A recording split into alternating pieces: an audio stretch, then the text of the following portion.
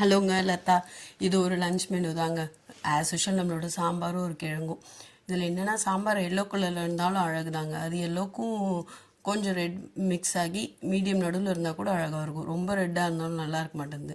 இந்த கலரு இந்த கிழங்கோட ஃப்ரையோட கலரும் ரொம்ப அழகாக இருந்தது.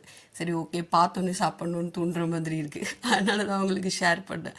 நல்லா இருந்தால் லஞ்சுக்கு ட்ரை பண்ணுங்கள். இது காமன் லஞ்ச், இது எதுவும் ஸ்பெஷலாக எதுவும் இல்லை. பட் ஃபோட்டோகிராஃபி அழகாக இருந்தது, அதனால தான் ஷேர் பண்ணுவோம் அப்படின்னு சொல்லிட்டு.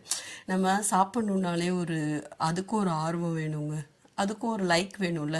நம்ம ரொம்ப சின்ன வயசுலலாம் சின்ன குழந்தைங்கிட்ட சாக்லேட் கொடுத்தா தாவி குச்சி சாக்லேட் அப்படின்னு சொல்லிக்கோங்க. நமக்கு ஏஜ் ஆக என்ன பண்ண ஆரம்பிச்சிருவோம்னா நம்ம அந்த சைல்டிஷ் பிஹேவியரை இழக்க ஆரம்பிச்சிருவோம். இல்லை அதுக்கு மேலே சாக்லேட்னு கேட்டால் வெக்கமாக இருக்கும் அப்படின்னு நினைப்போம். பட் ஆனால் நம்ம அப்படி இருக்கக்கூடாது. நம்ம என்ஜாய் பண்ணிக்கிட்டே இருந்தால் தான் நமக்கு யங் ஹார்ட் யங் மைண்ட் இருக்கும். ஸோ சாப்பிட்றதுக்கு முன்னாடி சர்ச் பண்ணுங்கள், என்னென்ன மெனூஸ் இருக்குது, அவைலபிலிட்டி பாருங்கள். காம்பினேஷன் ரொம்ப இம்பார்ட்டண்ட்டாக இருக்குது.